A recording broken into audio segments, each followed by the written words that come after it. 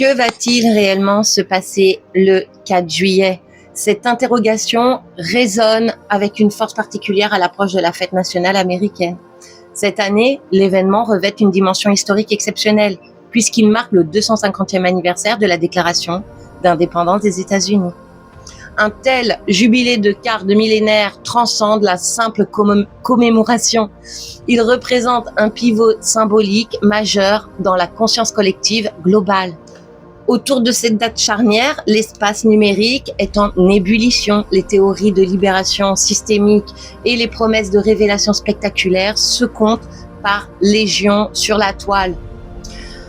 Pour beaucoup, la convergence entre anniversaire de la naissance de la République américaine et l'aboutissement de dynamique de l'ombre semble évidente, transformant ce jour en un catalyseur d'espérance et de spéculation.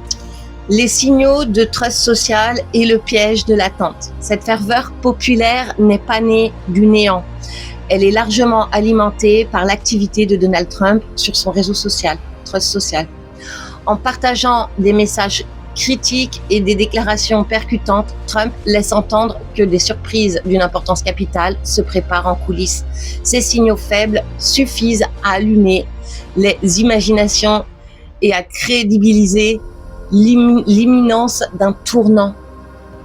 Cependant, la prudence face à ces effets d'annonce reste de mise. Il est inutile, voire contre-productif, d'extrapoler sur des scénarios imaginaires ou des calendriers trop rigides.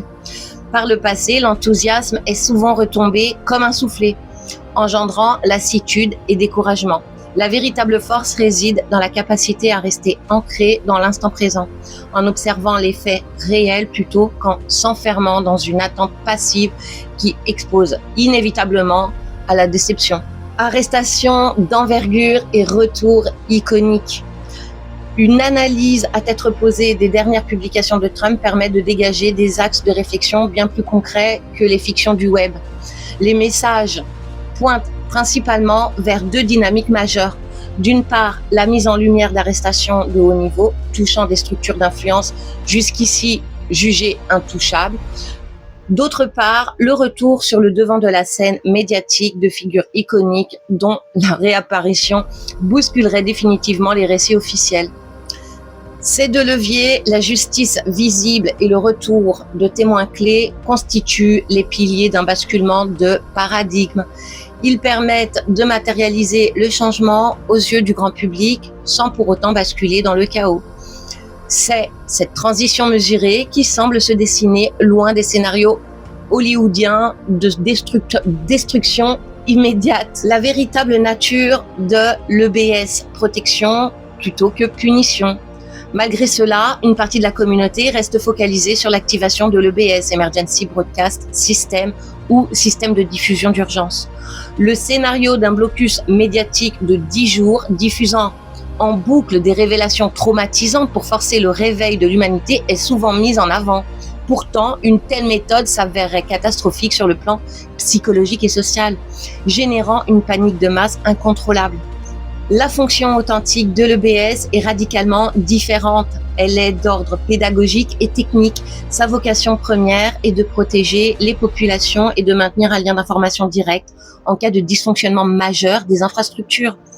Qu'il s'agisse de coupures électriques localisées, de perturbations de réseau Internet ou de la bascule vers le nouveau système financier quantique, QFS, l'EBS est un outil d'accompagnement calme, destiné à expliquer le déroulement des opérations et non à terroriser. La pédagogie du déconditionnement, l'art de montrer. Nous nous trouvons indéniablement au cœur d'un processus historique de déconditionnement collectif. Les voiles se déchirent et les vérités émergent de manière crescendo, respectant un rythme que l'esprit humain peut assimiler. Ce déploiement progressif répond à une maxime fondamentale de Q. On ne peut pas le dire aux gens, il faut leur montrer. Cette approche par la preuve directe exclut de facto l'idée d'un traumatisme télévisuel violent et soudain. Certes, le terme EBS a bien été inscrit dans les messages d'origine, mais sans les fioritures apocalyptiques que certains lui prêtent. Il faut donc s'attendre à une application normale et sécuritaire de ce protocole. Les fameux jours d'obscurité correspondraient alors simplement à une interruption technique temporaire de certains systèmes obsolètes pendant leur mise à niveau. C'est une phase de transition technique nécessaire, orchestrée pour garantir la sécurité de tous. Répercussions politiques et perspectives globales. Les ondes de choc de cette transition ne s'arrêtent pas aux frontières américaines. Elles impactent la géopolitique mondiale. En France, l'atmosphère politique actuelle interroge. Le flou persistant et le manque de visibilité autour des calendriers institutionnels et de l'élection présidentielle soulèvent des questions légitimes. Beaucoup y voient le signe d'une paralysie ou d'une attente fébrile des autorités face à des événements extérieurs qui s'apprêtent à redéfinir les règles du jeu. Que ce soit au travers des échéances électorales reportées ou des tensions structurelles, les signes d'un essoufflement systémique sont visibles partout.